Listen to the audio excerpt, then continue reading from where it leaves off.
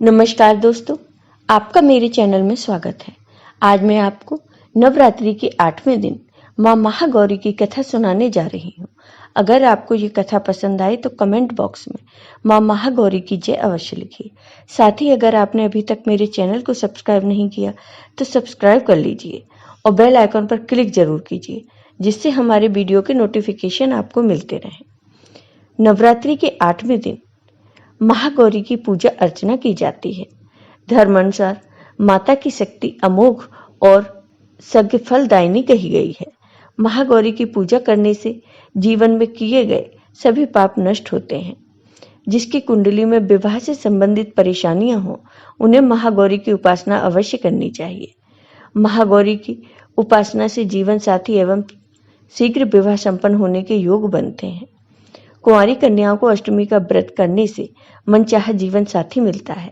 ऐसी मान्यता है कि महागौरी की पूजा अर्चना करने से माता अपने भक्तों पर जीवन भर अपनी दया दृष्टि बनाए रखती हैं।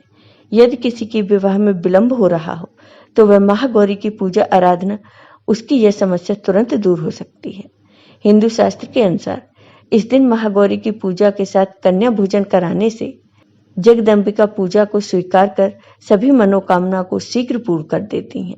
कुछ लोग नवमी के दिन भी कन्या पूजन करते हैं, लेकिन अष्टमी के दिन कन्या पूजन करना श्रेष्ठ रहता है।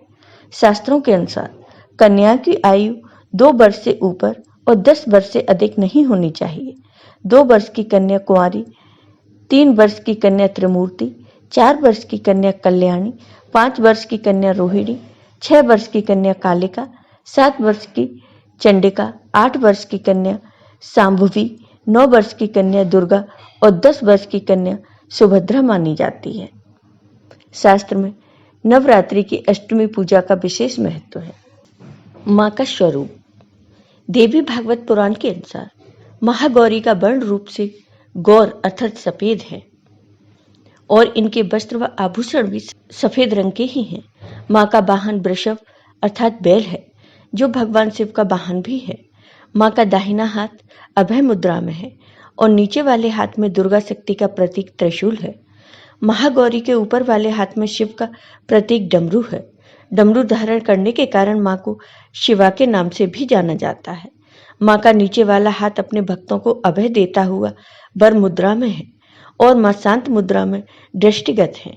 देवी के इस रूप की प्रार्थना करते हुए देव और ऋषिगण कहते हैं, सर्व मंगल मंगल्ये शिवे सर्वार्थ साधिके शरण्ये त्र्यंबके गौरी नारायणी नमस्तुते।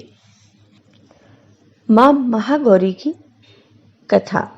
माँ दुर्गा के 8वें स्वरूप महागौरी को लेकर 2 पौराणिक कथाएं प्रचलित हैं। पहली पौराणिक कथा के अनुसार पर्वतराज हिमालय के घर जन्म लेने के बाद माँ पार्वती ने पति रूप में भगवान शिव को प्राप्त करने के लिए कठोर तपस्या की थी।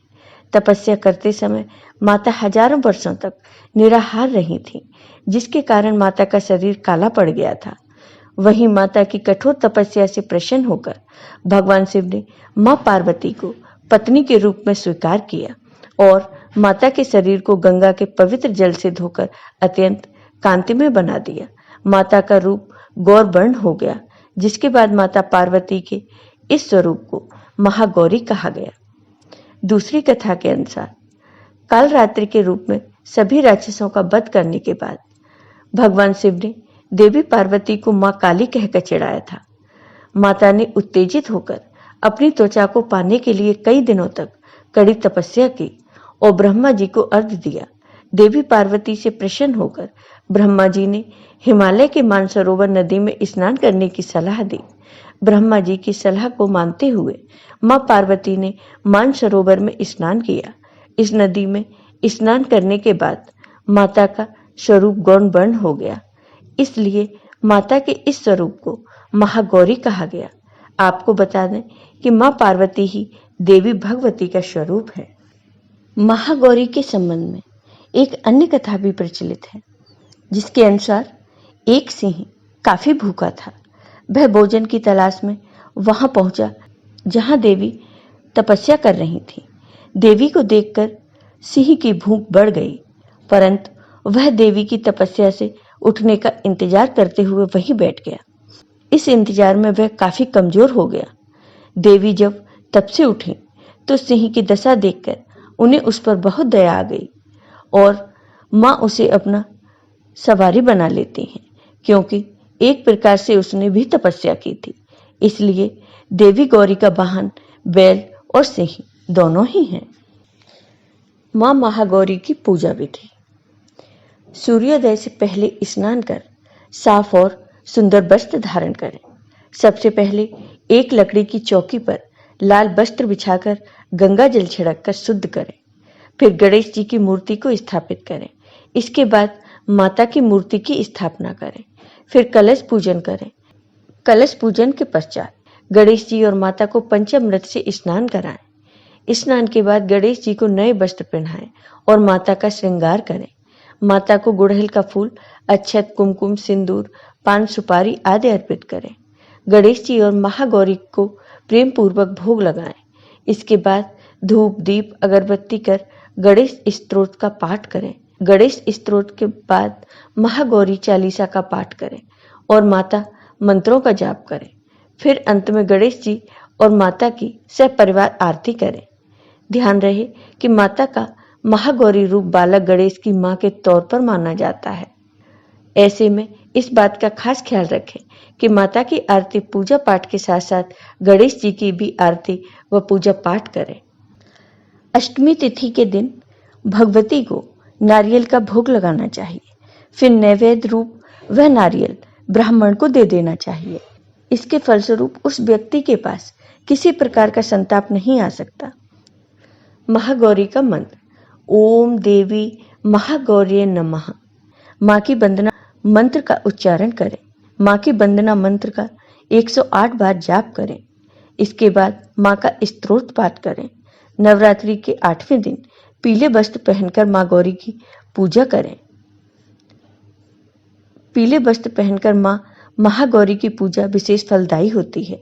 इस दिन माता को सफेद नैवेद्य का भोग अर्पित करना न भूलें। महागौरी की पूजा का महत्व।